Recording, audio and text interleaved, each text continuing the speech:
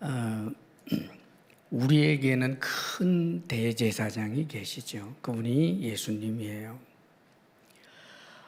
그래서 지금 이 히브리서 현재 지금 우리가 보고 있는 이 말씀들은 큰 대제사장이 계시니까 우리는 그분께 나아가야 하고, 옛 언약 속에 있는 대제사장들, 그 종교적 여러 가지 그런 제도를 따라서 세워졌던 그런 대제사장하고는 비교도 할 수 없는 큰 대제사장, 그분이 우리에게 있다. 그 말씀을 하시는 맥락입니다. 그러면서 큰 대제사장이신 예수님과 옛 언약에 의한 대제사장의 차이를 이제 계속해서 설명하고 있는 그런 중에서 조금 앞부분입니다. 오늘 이 본문 말씀을 통해서 우리는 큰 대제사장이신 예수님의 은혜를 통해서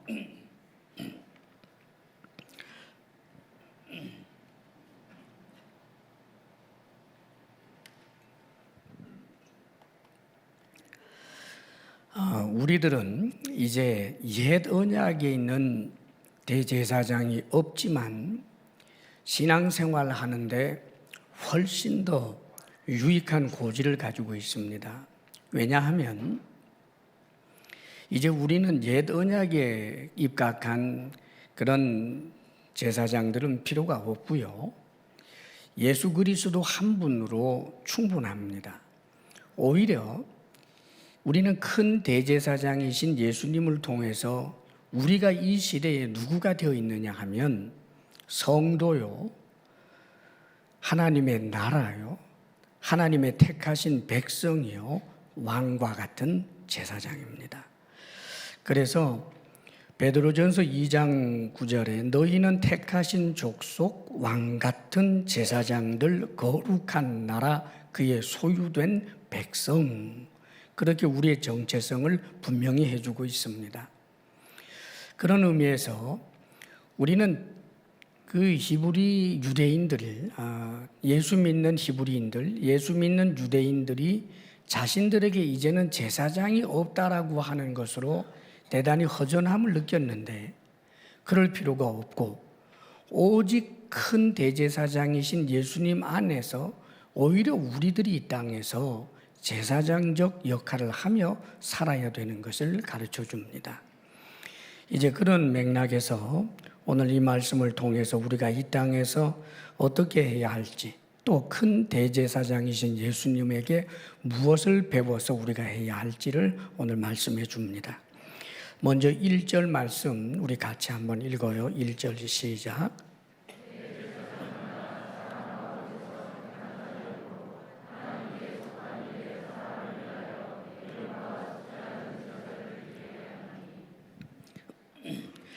자, 대제사장은 다 사람 가운데서 택한 자다.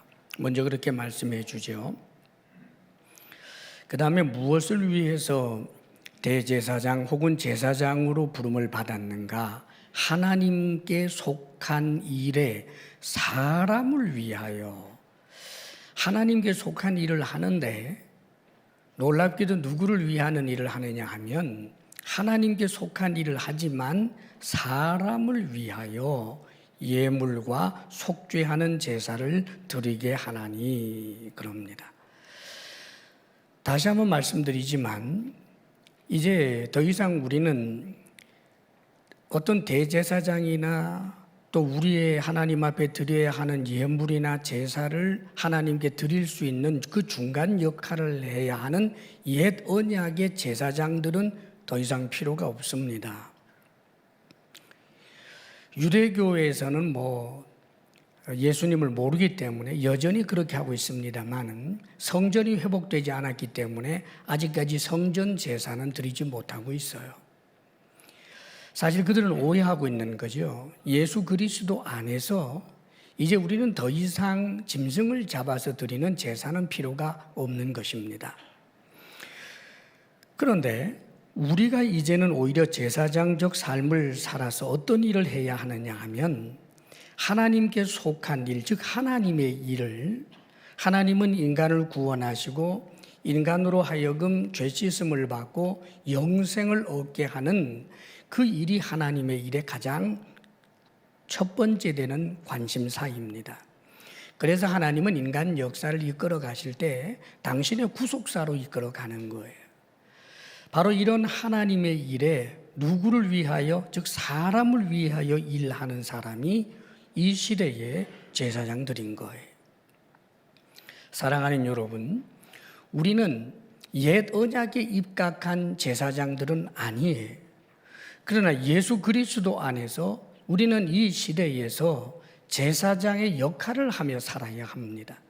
하나님과 사람 사이에 참 중보자 되시는 예수 그리스도가 있고 이제 그 큰 대제사장이신 예수 그리스도 안에서 하나님의 일을 하는데 그 하나님의 일의 초점이 무엇이냐 하면 사람을 살리는 일이에요. 사람으로 하여금 하나님께 예물을 드린다, 하나님을 예배하고 하나님을 경외하는 사람이 되도록 그런 일을 할 수 있도록 우리가 그 역할을 감당해야 된다는 말입니다. 그러므로 이 시대에 제사장적 역할을 하며 산다라고 하는 것은 여러 가지가 있어요. 말하자면 이 세상을 위하여 중보기도를 하는 것, 세상의 편만에 있는 죄악을 보면서 그 죄악을 주님 앞에 내어놓고 하나님 저들의 죄를 용서해 주옵소서, 제발 버리지 말아 주옵소서, 은혜를 베풀어 주옵소서, 제사장적 삶을 사는 것입니다.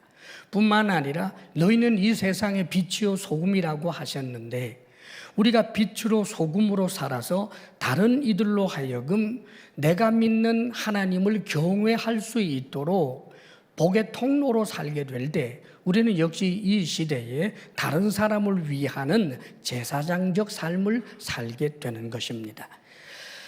뿐만 아니라 명시적으로 복음을 전함으로 예수 그리스도를 믿게 함으로 그들이 하나님을 경외하는 자가 되게 한다라고 하는 것은 제사장적 삶의 가장 핵심적인 요소이기도 합니다. 그렇기 때문에 성경은 베드로전서 2장 9절에 우리가 택하신 족속이고 왕같은 제사장들이고 거룩한 나라고 하나님의 소유된 백성이라고 말씀하시면서 그렇게 하신 이유는 그의 기이한 빛에 들어가게 하신 이의 아름다운 덕을 선포하게 하려 하심이라 이렇게 말씀합니다. 왜 하나님이 너를 성도로 삼았느냐? 왜 하나님이 너를 이 시대의 제사장으로 삼았느냐? 너만을 위해서이냐? 너만 복받게 하기 위해서이냐? 아니라는 거예요. 우리로 하여금 기이한 빛, 구원의 빛, 영광의 빛에 들어갈 수 있게 하신 이 하나님, 예수님, 성령님, 바로 이 하나님의 아름다운 덕을, 그분의 사랑을, 그분의 십자가 구속의 은혜를 전파하도록, 선포하도록 하기 위하여 우리를 그렇게 세우셨다, 그런 뜻입니다. 그러므로 사랑하는 여러분, 여러분들은 이 땅에서 나 자신만을 위하여 살라고 부름받은 존재들이 아니라는 사실을 기억하시기를 바랍니다. 내가 세상을 위해서 할 수 있는 게 뭐가 있어? 나는 배운 것도 없고 나는 가진 것도 없고 내가 남들보다 더 덕스러운 대단한 것도 없는데 내가 이 세상에서 뭘 그렇게 긍정적으로 살 수 있겠는가? 아닙니다, 여러분. 이미 여러분은 그런 신분으로 세움을 입었습니다. 여러분이야말로 이 시대의 빛이요 소금이요 이 시대의 제사장이기 때문입니다. 왕과 같은 제사장, 이것이 우리에게 주신 별명이다, 그 말입니다. 그러므로 이 신분에 걸맞는 그런 사명감을 가지고 살 수 있기를 바랍니다. 세상을 위해 왜 기도하지 못하겠습니까, 여러분? 주변에 연약한 자를 볼 때 그 연약한 자를 보면서 그가 하나님을 알게 되면 저 연약함에서 일어날 수 있을 텐데 그런 긍휼히 여기는 마음을 가지고 그로 하여금 하나님을 섬길 수 있는 그런 사람이 되도록 돕는 자 역할을 왜 우리가 못하겠습니까, 여러분? 신분이나 가진 것과는 전혀 상관없는 일, 우리가 누군지를 안다면 그렇게 할 수 있는 것입니다.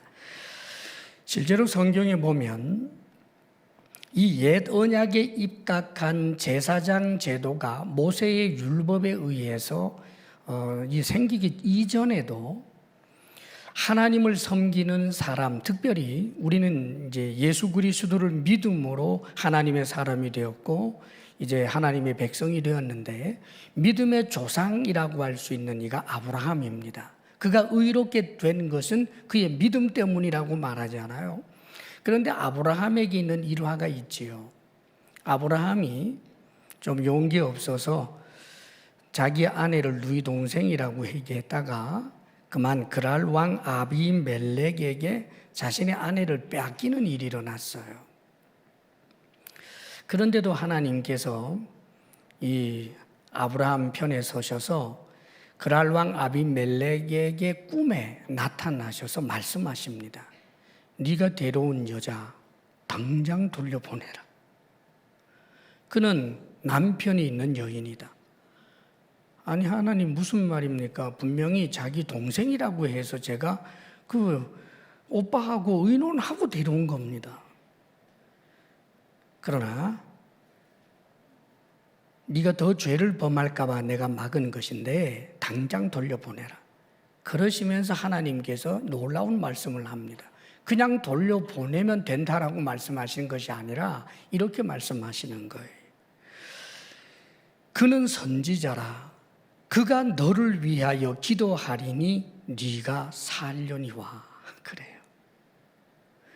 아무리 봐도 찌질해 보이는 아브라함이잖아요. 자기 아내를 아내라고 못하고 누이 동생이라고 해서 말하자면 팔아먹은 꼴인데, 그런데 선지자라고 하시면서 그가 너를 위하여 기도하면 네가 산다 그래요. 그래서 아비멜렉이 아주 놀라서 많은 예물과 함께 사라를 돌려보냈고, 그리고 이제 아브라함이 이 아비멜렉을 위하여 기도함으로 그가 살아날 뿐만 아니라 그 궁궐에 막혔던 그 아내들의 태의 문이 열려서 아이들을 낳게 되는 그런 역사가 일어나는 것이 성경에 기록이 되어 있습니다. 사랑하는 여러분, 하나님께서 능력이 아니라 신분을 그렇게 줬어요. 믿는 이에게 말입니다. 우리에게는 이미 신분이 하나님의 자녀고 이 세상의 빛이요 소금인데 그것이 바로 제사장적 삶, 왕 같은 제사장이라고 하는 신분을 가지고 있다는 말입니다. 우리를 통하여 하나님께서는 많은 사람들을 주께로 돌아오도록 하기를 원하시는 좋으신 하나님이신 줄 믿을 수 있기를 바랍니다. 자, 그렇다면 이런 제사장들은 옛날에도 그랬고 오늘날 우리들도 제사장적 삶을 살기 위해서는 꼭 필요한 것이 있어요. 2절 말씀을 우리 함께 읽겠습니다. 2절 다 같이 시작. 그가 무식하고 미혹된 자를 능히 용납할 수 있는 것은 자기도 연약에 휩싸여 있음이라. 제사장이 제사장의 그 역할, 오늘날도 우리가 이 땅에서 왕과 같은 제사장적 삶을 살기 위해서 꼭 가져야 할 것이 있는데, 그것은 무식하고 미혹된 자들, 연약하고 더 연약한 사람들, 이런 사람들을 용납할 줄 아는 마음, 즉 연대의식이 있어야 가능한 것입니다. 전날의 대제사장들 혹은 제사장들이 제사장직을 수행하기 위해서 그들이 가장 경계해야 할 것은 저 백성들과 자신들 사이에 큰 말하자면 경계를 치는 일입니다. 나는 너희들과 다르다라고 하는 교만 속에서는 그 제사장 역할을 감당할 수 없습니다. 그렇기 때문에 이 종교적 제도에 의하여 옛 언약에 의하여 세워졌던 제사장들 치고 제대로 된 제사장 역할을 감당한 사람들을 찾아보기가 어려운 거예요. 오늘날 이 시대에 우리가 제사장적 삶을 살기 위해서는 연약한 이들과 연대의식을 가질 줄 알아야 합니다. 그것은 자기 자신의 연약함을 인정할 줄 알 때 가능한 거예요.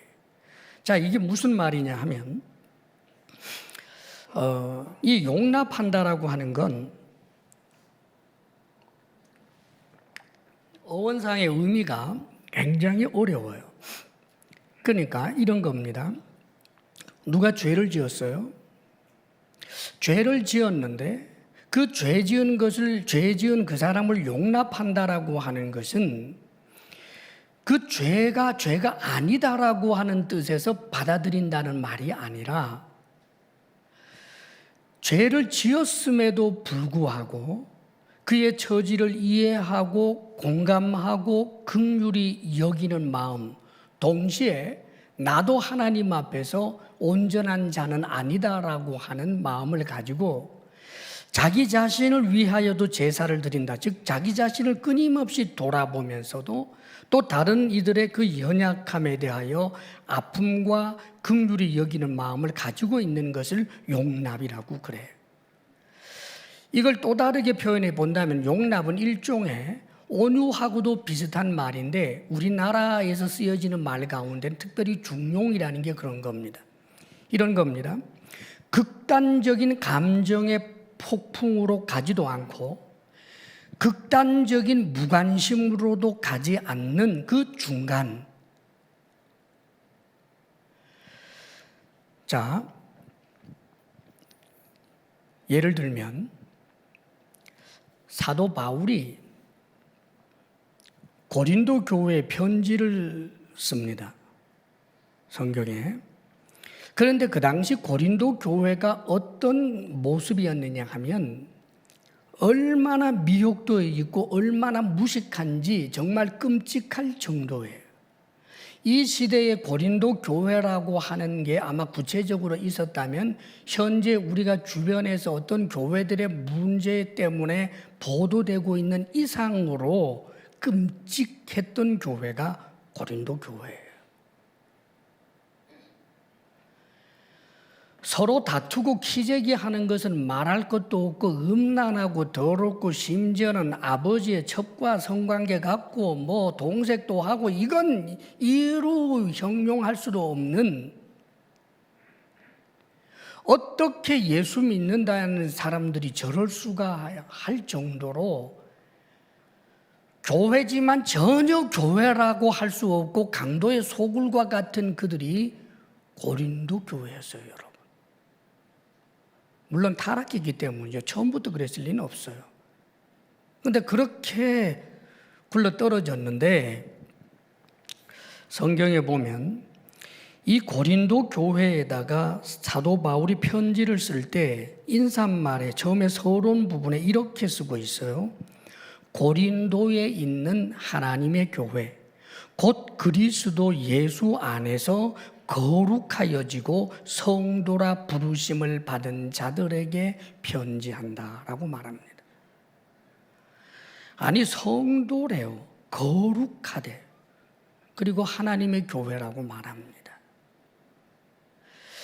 자, 바울은 이들을 교회라고 인정했고 성도라고 인정했고 거룩하다라고 인정했기 때문에 그들의 잘못은 괜찮아 한 건 또 아니에요. 지금 그들의 잘못에 대해서 조목조목 따지면서 그 길에서 돌아오라라고 하는 강력한 메시지가 고린도 전서예요. 그 편지에서는 당신들 그런 짓 하면 안 된다라고 하는 그런 질책들이 담겨 있단 말입니다. 그러면서도 교회래요. 사랑하는 여러분, 제사장직을 감당하는 이 시대에서 바른 성도로 살려고 하면 대부분 보게 되면 예수님을 처음에 믿으면 누구나 다 죄 용서함에 받은 감사와 은혜로 충만하고 참 좋아요. 그러다가 신앙생활 좀 하면서 뭘 좀 안다고 생각을 하고 성경도 좀 안다고 생각을 하고 그러면서 이 신앙생활에 대해서 예배도 열심히 드려봤고 봉사도 해봤고 뭐 이러면서 일어나는 일들이 연약한 사람들을 향하여 절대로 용납하지 않는 아주 엄격한 바리새주의에 그렇게 옷을 입고는 정죄하기만 바쁘고, 사랑하는 여러분, 그렇게 해서는 절대로 그들의 문제를 해결해 줄 수 없는 거예요. 우리나라에 참 가슴 아픈 일이 이것도 이제 마귀의 괴계에 속한 것이기 때문이라고 생각해요. 지금은 모든 어떤 소식들이 전 세계에 금방 전송되는 시대잖아요. 어느 구석에서 일어난 일도 온 세계가 다 아는 이런 시대다가 보니까 교회의 허물이나 어디 악독한 사람들, 잘못된 사람들 혹은 가라지도 포함되고 뭐 그런 문제가 있으면 이제 굉장히 이제 이것이 확산되는 그런 경향이 있습니다. 그러다가 보니까 현재 우리나라에 나 예수 믿어요. 그러나 교회는 안 가요. 이런 사람들이 굉장히 많아요. 그래서 조사를 해보면 종교가 무엇입니까 하고 정부에서 이제 조사를 해보게 되면 이제는 우리나라에서 여러분 물론 이제 무신론자가 제일 많아요.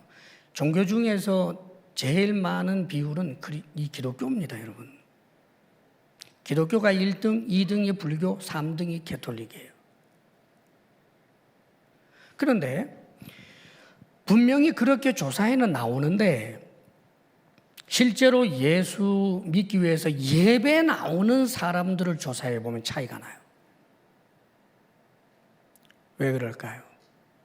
교회에 대한 실망, 목사에 대한 실망, 교회 중직자라든지 성도에 대한 어떤 실망, 이런 것을 통해서 교회에 안 가는 겁니다.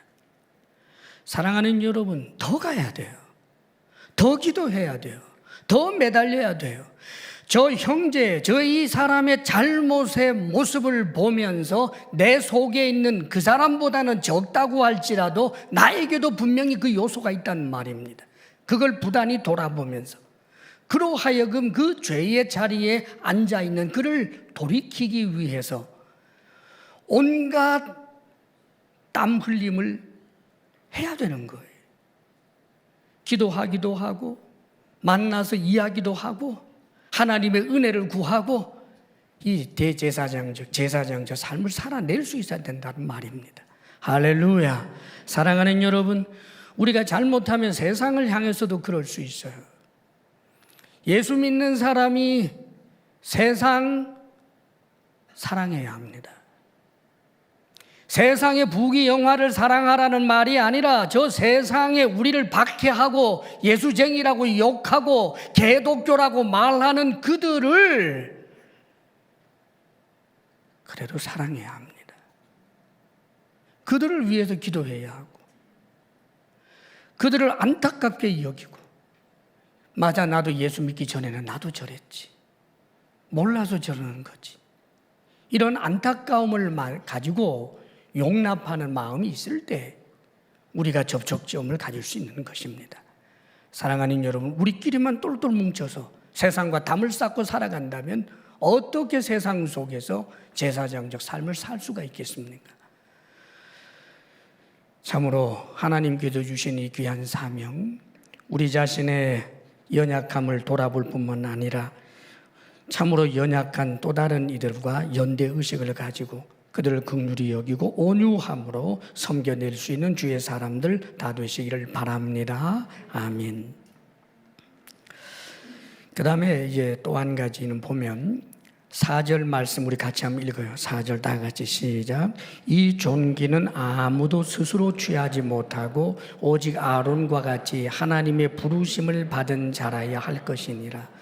자, 아론이 하나님의 부름을 받아서 대제사장 되었죠. 아론의 아들들도 제사장이 되었는데 그들에게 무슨 자격이 있었던 게 아니에요. 때로는 이상합니다, 여러분. 아론의 아들들은 아버지 잘 맞는 것밖에 더 있어요. 도대체 뭘 한 게 있어요? 아론도 그가 무슨 공을 세운 적이 없습니다. 그런데 하나님이 그를 대제사장 또 그의 아들들을 제사장을 삼았어요. 우리가 무슨 공을 세웠기 때문에 이 시대에 그런 빛이요 소금이요 왕 같은 제사장으로 우리에게 사명이 주어진 이런 높은 신분을 가진 게 아닙니다, 여러분. 그래서 제사장직을 잘 감당하기 위해서는 은혜의식, 연약한 자들과 연대의식과 더불어서 또 한 가지 가져야 할 것은 은혜의식이에요. 나의 나 된 것은 하나님의 은혜로다. 할렐루야. 항상 주님, 나 같은 것을 하나님께서 자녀 삼아주신 것 감사합니다. 이 시대의 전도자로 삼아주시고 이 시대의 세상에 빛이 되고 소금이 되도록 사명 주셔서 감사합니다. 하나님의 은혜의식이 늘리기를 바랍니다. 그리고 여기 지금 중간 부분은 멜기세덱 이야기인데 이것은 나중에 7장에 가서 다루게 됩니다. 이것은 넘어가고요. 자, 큰 대제사장이신 우리 예수님께 우리가 본받아야 할 것이 있어요. 가장 중요한 내용이 되겠습니다. 7절 말씀 우리 같이 한번 읽어요. 시작. 그는 육체에 계실 때에 자기를 죽음에서 능히 구원하실 이에게 심한 통곡과 눈물로 간구와 소원을 올렸고 그의 경건하심으로 말미암아 들으심을 얻었느니라. 자, 우리 예수님께서 육체에 계실 때, 이 땅에 사람으로 계실 때, 지금도 그분은 여전히 사람으로 계십니다. 다만 현재 이런 늙고 병들고 썩어 없어지는 육체가 아니라 부활의 몸을 입고 계십니다. 그래서 썩어 없어질 이 육체와는 구별되는 그런 육체를 가지고 계시는데, 어쨌든 옛날에 그 연약한 그 육체를 가지고 사람으로 이 땅에 계실 때 우리 주님께서 무슨 일을 하셨느냐 하면 여기 한 가지 일화를 지금 특별히 소개하는 거예요. 자기를 죽음에서 능히 구원하실 이, 즉 하나님이죠. 하나님에게 심한 통곡, 큰 소리로 우는 거예요, 여러분. 심한 통곡, 눈물로 간구와 소원을 올렸고,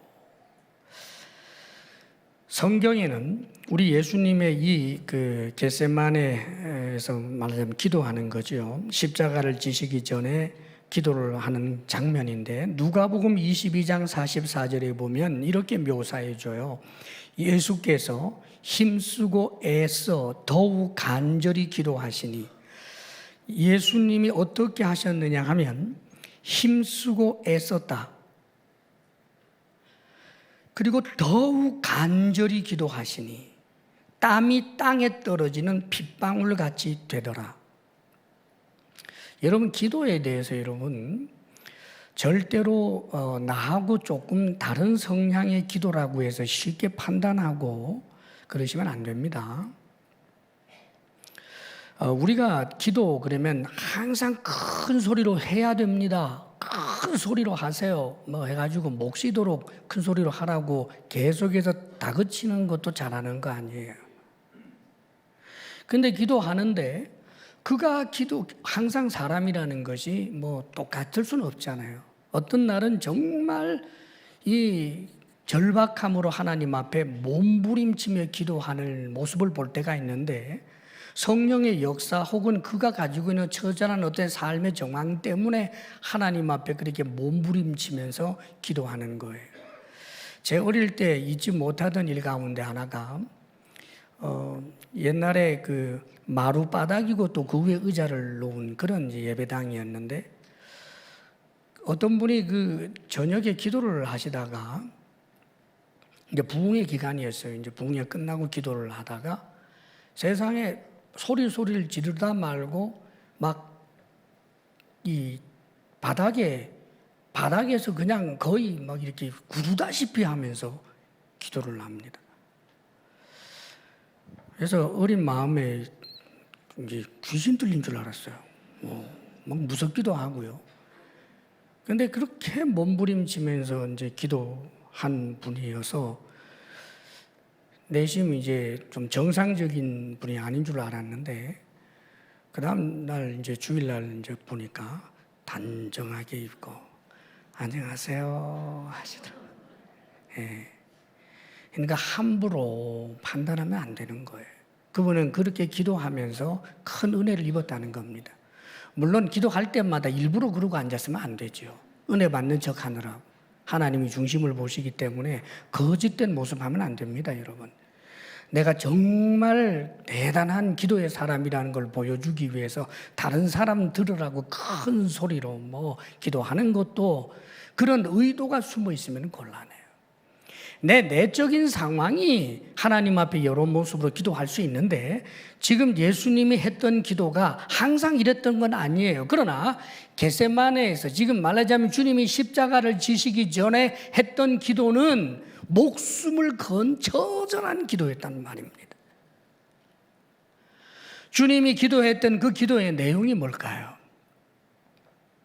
아버지여, 할 수만 있으면 이 잔이 내게서 지나가게 하옵소서. 그러나 내 원대로 마옵시고 아버지의 뜻대로 하옵소서. 이 간단해 보이는 이 기도 내용을 가지고 여러분 큰 소리로 통곡을 하면서, 그것도 심한 통곡과 더불어 기도했는데, 한 번 기도하고 1시간 정도 기도하고 또 오셨다가 제자들 깨워놓고 또 올라가서 또 그렇게 기도하고, 여러분 3번이나 그렇게 하셨어요. 그리고 나중에 주님이 자기들을 체포하기 위해서 온 사람들에게 아버지께서 마시라고 하는 잔을 내가 마시지 않겠느냐 하면서 그 잔을 받아 마십니다. 그게 바로 뭐였느냐 하면 십자가에서 죽으시는 일이에요. 자, 그러면서 8절에 이 7절의 이런 의미들을 좀 더 요약해 주고 있습니다. 8절과 9절 말씀을 우리 같이 한번 읽어요. 8절 9절 다 같이 시작. 그가 아들이시면서도 받으신 고난으로 순종함을 배워서 온전하게 되셨은즉 자기에게 순종하는 모든 자에게 영원한 구원의 근원이 되시고. 자, 여기 아주 묘한 말씀이 있습니다. 그가 아들이시면서도, 하나님의 하나밖에 없는 독생자이시죠. 아들이시면서도 받으신 고난으로 순종함을 배워서 온전하게 되셨은즉. 잘못 이해하면 대단히 난해합니다. 우리 주님이 뭔가 부족해서 고난을 통해서 그분이 순종하는 분이 되었고 그래서 온전하게 되었다는 말인가? 이렇게 이해할 수 있어요. 사랑하는 여러분, 그런 뜻 아닙니다. 우리 주님은 완전한 하나님이면서 완전한 사람인데, 우리 주님에게는 사람으로서도 죄의 그림자가 조금도 없는 분, 죄의 요소가 전혀 없는 분이에요. 그렇기 때문에 주님은 고난이라고 하는 주리를 틀어서 순종 안 하려고 한 일을 순종하게 할 필요가 없는 분이라 그 말이에요. 우리들은 때때로 하나님께서 징계의 채찍으로 혹은 고난의 골짜기를 가게 하면서 하나님 앞에 잘못했습니다 하면서 순종하게 만드는 일이 있어요. 이것을 연단이라고 하잖아요. 그러나 우리 예수님은 고난이라고 하는 주리를 트는 일이 있어야만 순종할 그런 분이 아니란 말이에요. 애시당초 우리 주님은 하나님 앞에 불순종할 의도를 전혀 마음속에 갖고 계시지 않는 분, 완벽한 순종의 주님이세요. 그런데 그럼 이게 무슨 말이에요? 좀 더 이해하기 쉽게 표현한다 그러면, 받으신 고난으로, 즉 고난이라고 하는 대가를 지불하면서도 순종함을 배워서 온전하게 되셨은즉이라고 이해를 하면 좋아요. 다시 말하면 우리 주님은 고난을 겪지 않아도 늘 순종할 수 있는 분입니다. 그런데 주님께서는 고난이라고 하는 대가를 지불하면서도 순종을 배웠다, 즉 순종을 경험했다 그 말이에요. 자, 이런 뜻이에요. 제가 이게 자그만 해도 어릴 때부터 뭘 타고 스릴 즐기고 이런 것에 대해서는 상당히 철심장을 가지고 있어요.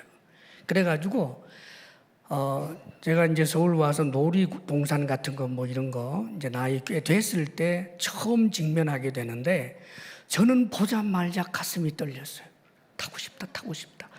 내 친구가 무슨 옛날에 그 청룡 열차인지 뭔지 타고 그러더니 죽겠다고 절대 타면 안 된다고 그랬는데 난 이해가 안 됐어요. 와, 타고 싶다. 아닌 게 아니라 탔더니 얼마나 좋은지. 우리 무교육자들하고 저 어디 놀이동산에 한번 가가지고 나는 타는데 못 타더라고요. 자, 근데 여러분, 여기 한 가지 있어요. 저는 제 심지 자체가 놀이동산에 스릴을 즐기는 그거 탈 수 있어요. 그거 겁나서 도망가지 않을 심지를 가지고 있다고요. 그러나 탔을 때는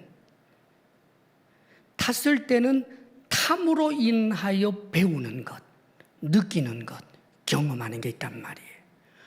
자, 우리 예수님은 그 심지가 하나님께 어떤 말씀에 대해서도 다 순종할 심지를 가지고 계시는 분이에요. 그러나 동시에 우리 주님은 사람이십니다. 그분은 완전한 하나님이면서 사람이기 때문에 사람은 마음의 자세는 지금 전혀 죄를 짓지 않고 하나님의 명령에 대해서 절대로 다 순종할 자세는 가지고 있지만 구체적인 어떤 사안에 대해서 순종을 함으로 느끼게 되고 배우게 되는 것은 또 다른 차원의 이야기다, 그 말이에요. 자, 우리 주님은 십자가의 죽음을 경험하게 됩니다. 십자가에 못 박히실 수 있는 분이에요. 처음부터 하나님을 위해서라면 죽을 수 있는 분이에요. 그러나 이제 정말 하나님의 말씀 앞에서 그 순종의 길, 고난이라고 하는 대가, 주리를 들리고 고통을 겪고 채찍에 맞고 십자가에 못 박히면서 죽으심을 당하는 이 모든 과정을 통해서 주님은 배웁니다. 그뿐만 아니라 그 십자가 사건을 통해서 주님은 원래부터 의인이지만 죄인이 되십니다. 인간의 모든 죄를 뒤집어 쓴 죄인이 되십니다. 그래서 주님은 죄인들인 인간들과 함께 연대의식을 가질 수 있는 분이 된 것입니다. 할렐루야. 죄 없는 분이 죄인처럼 되시는 거예요. 십자가의 고난을 그분은 직접 경험하면서 순종에 대한 새로운 세계들을 배운 것입니다. 그리하여 온전하게 되셨다, 그동안은 부족하게 되었다라고 하는 뜻이 아니라 그분이 대제사장, 큰 대제사장으로 혹은 속죄 제물로 그분이 해야 할 일에 대하여 온전하게 되었다, 그 의미입니다. 만일 주님께서 십자가를 지지 않았다면 그분이 어떻게 우리에게 큰 대제사장이 되고 우리와 연대의식을 가지고 우리를 구원하시는 구원의 근원이 될 수가 있었겠습니까, 여러분? 그런 의미예요.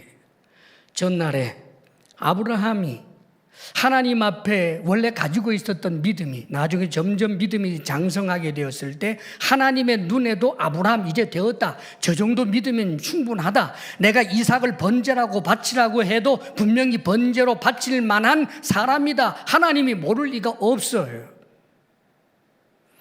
아브라함이 가진 그 믿음의 심지는 하나님이 주신 약속, 이삭을 통하여 너의 후사를 이어가고 이삭을 통하여 인류를 구원할 그리스도가 오게 될 것이다라고 하는 하나님의 약속에 대하여 조금도 의심하지 않는 사람이 누구냐? 아브라함이에요. 그런데 이 아브라함이 하나님의 명령에 순종하면서 그는 놀라운 것을 배웁니다. 이삭을 번제로 드리기 위하여 칼을 뽑아 드는 그 경험 속에서 이삭과 함께 길을 가면서 모리아산을 향하여 가면서 이삭과 대화를 나누었던 그 경험 속에서 하나님 앞에 순종하는 이 도상에서 그는 경험하는 일들이 많아요. 하나님께서 구체적으로 무엇인가 하라고 하는 그 사안에 대하여 구체적인 순종을 통하여 그가 경험하게 되는 것, 결국은 이삭에게도 유익이 찾아오고 여호와 이레의 하나님, 우리 하나님은 모든 것을 예비하시는 하나님이시구나, 그의 배움의 넓이와 깊이가 얼마나 더 확장되어 가는지 몰라요. 사랑하는 여러분,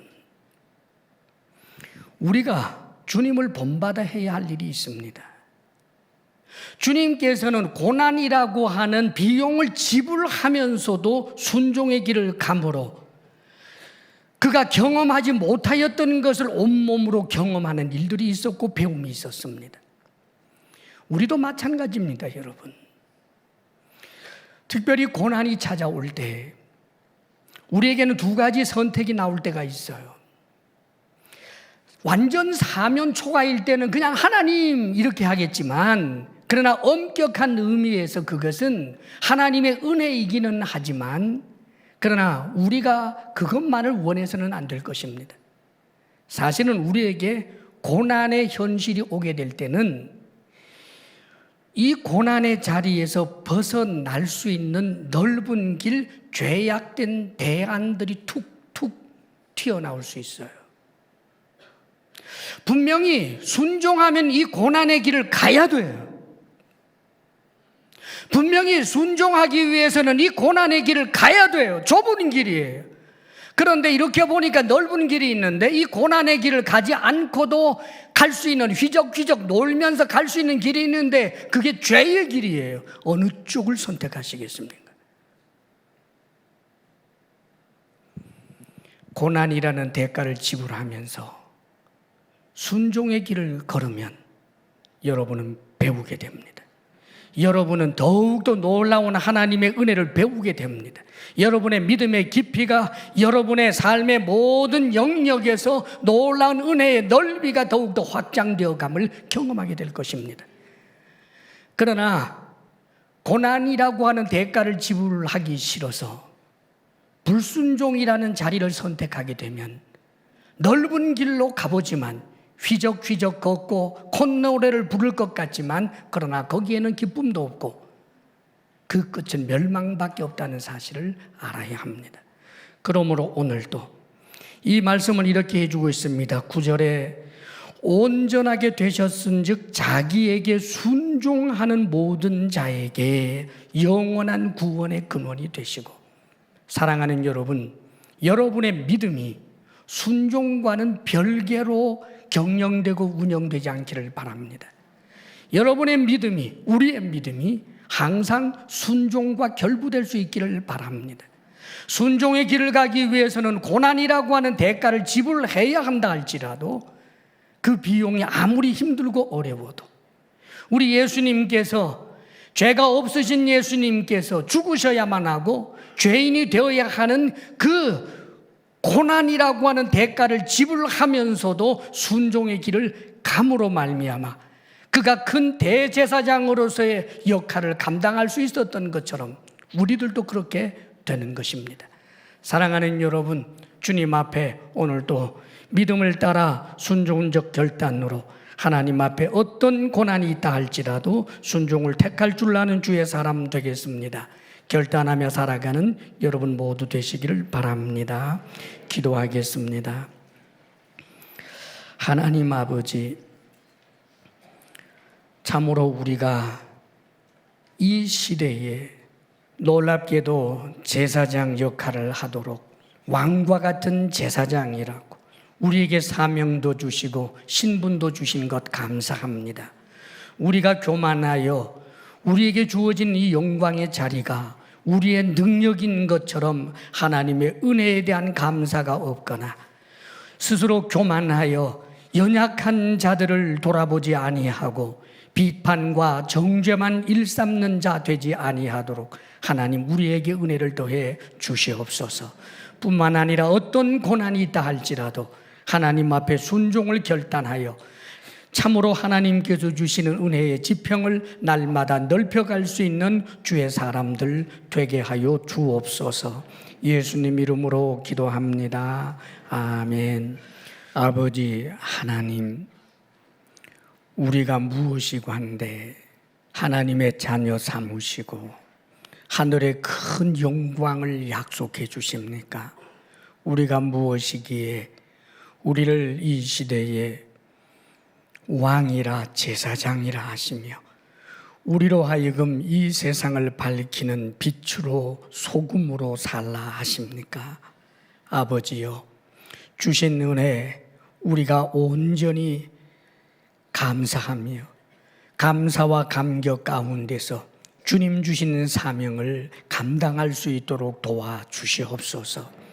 우리의 마음이 한순간도 교만해지지 않게 하시며 참으로 어렵고 힘들고 연약한 일을 볼 때 기도하며 도울지언정 미워하고 손가락질하는 자들의 자리에 서지 않게 하소서. 사랑이신 아버지여, 주신 은혜 생각하며 우리가 하나님 앞에 예물을 올려드립니다.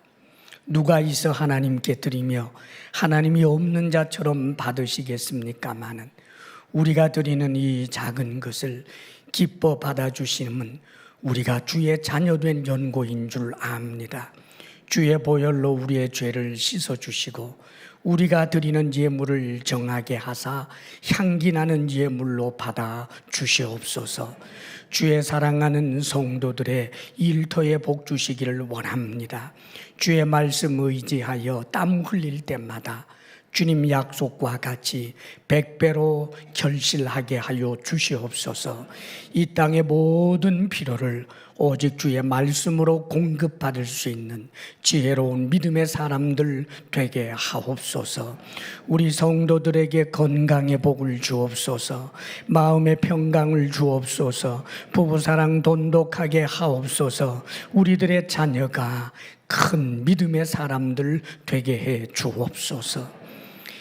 이제는 우리 주 예수 그리스도의 크신 은혜와 하나님 아버지의 한없는 사랑과 성령의 교통하심과 충만케 하심이 주님께서 주신 사명을 따라 순종하며 살겠습니다. 결단하며 나아가는 사랑하는 모든 성도들 위해 이제로부터 영원토록 함께 하시기를 간절히 축원하옵나이다. 아멘.